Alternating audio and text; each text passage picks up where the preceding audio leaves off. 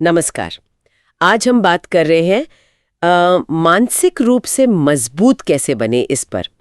हमारे पास एक बौद्ध गुरु के विचारों का एक स्रोत है जिसमें वो बता रहे हैं कि मुश्किल समय से कैसे निकले और दिमागी ताकत मतलब मेंटल स्ट्रेंथ कैसे हासिल करें। जी, और स्रोत का जो मुख्य बिंदु है वो ये कि हमारे विचार वो सीधे हमारी बॉडी की एनर्जी को प्रभावित करते हैं। जैसे पॉजिटिव सोचें तो एनर्जी बढ़ती है, लेकिन अगर नेगेटिव सोचें, दुखद विचार हों तो वो हमारी एनर्जी खींच लेते हैं। हाँ, ये तो महसूस भी होता है कभी-कभी। इसीलिए अपने विचारों को साधना, उन्हें कंट्रोल करना, ये मानसिक मजबूती के लिए बहुत जरूरी है।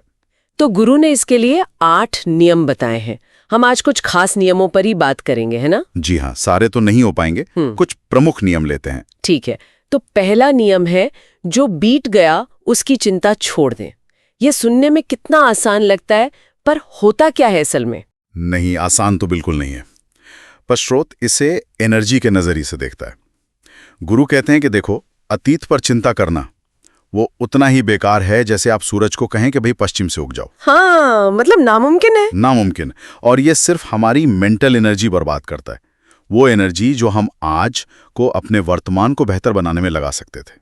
सही बात है, जो हो गया वो बदल तो सकता नहीं। बिल्कुल, तो उस पर अटके रहना एक तरह से अपनी ही ऊर्जा खत्म करना है। मतलब अतीत को छोड़कर एनर्जी को आज और आने वाले कल पर लगाना है। एग्जैक्टली। चलिए, ये हुआ पहला नियम। अब दूसरा नियम, ध्यान का अभ्यास, मेडिटेशन। स्रोत इसके बारे में क्या कहता है? स्रोत में गौतम बुद्ध का उदाहरण दिया गया है।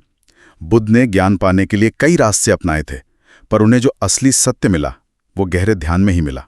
अच्छा। ध्यान के जरिए ही उन्होंने न सिर्फ मन को शांत किया, बल्कि अपनी जो इच्छाएं थीं, वासनाएं थीं, उन पर भी कंट्रोल पाया। तो ये सिर्फ शांति के लिए नहीं है?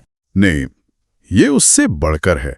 ये एक तरह से अपने विचारों का मालिक बनने का अभ्यास है, मन को साधने का तरीका। तो ध्यान से एकाग्रता बढ़ती है, विचार कंट्रोल होते हैं और इससे मानसिक शक्ति मिलती है। जी हाँ। अच्छा, तीसरा नियम ये कहता है दूसरों से बहुत ज्यादा उम्मीदें न रखें। ये थोड़ा मुश्किल लग सकता है, रिश्तों में तो खासकर। हाँ, ये है मुश्किल, और श्रुत इसी पर जोर देता है। ज्यादातर दुख का कारण हमारी उम्मीदें ही होती हैं, जब वो पूरी नहीं होती। हाँ, खासकर जब वो टूटती हैं। यहाँ देखिए, खुद से उम्मीद रखना अलग बात है, वो तो आपको मोटिवेट करती है। मुश्किल तब होती है जब हम अपनी खुशी के लिए, अपनी शांति के लिए दूसरों पर बहुत ज्यादा निर्भर हो जाते हैं। अच्छा। ये जो निर्भरता है, या मोह कह लीजिए, यही दुख देता है जब सामने वाला आपकी उम्मीद पर खरा नहीं उतरता। इसमें पेरेंट्स के लिए भी एक इशारा है शायद कि अपनी अधूरी इच्छाएं बच्चों पर ना डालें। बिल्कुल बिल्कुल, ये भी एक पहलू है।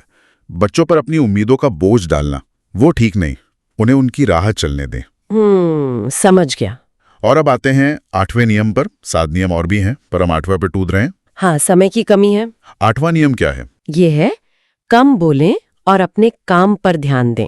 कम बोलें, ये आज की दुनिया में थोड़ा अजीब नहीं है, जहाँ हर कोई अपनी बात कहना चाहता है, सोशल मीडिया पर दिखना चाहता है। हाँ, लगता तो है, पर इसके पीछे तर्क है। क्या तर्क है? कम बोलने का मतलब कम सोचना तो नहीं? नहीं, बिल्कुल उल्टा।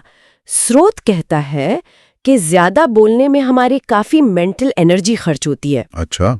जब हम कम बोलते हैं तो वो एनर्जी बचती है और हमें सोचने का, विचार करने का ज्यादा वक्त मिलता है, ज्यादा मौका मिलता है। शांत मन जो है वो ज्यादा गहराई से सोच पाता है और अपनी बची हुई एनर्जी को सही दिशा में लगा सकता है। मतलब अपने काम पर फोकस कर सकता है। हाँ, अपने जरूरी काम पर। ये तो बड़ा दिलचस्प नुक्ता है। कम बोलना मतलब अपनी मानसिक ऊर्जा बचाना और उसे सही जगह इन्वेस्ट करना। हाँ बिल्कुल। तो अगर संक्षेप में देखें, इस स्रोत से जो मुख्य बातें निकली वो ये हैं: अतीत की चिंता में एनर्जी मत गवाओ, ध्यान से विचारों पर काबू पाओ, दूसरों से गैर जरूरी उम्मीदें लगाकर खुद को कमजोर मत करो, और हाँ, कम बोलो ताकि अपनी ऊर्जा जरूरी कामों के लिए बची रहे। ये सारे तरीके असल में हमें अपने मन का मालिक बनने में मदद करते हैं, अंदर से शांत होने में। जी,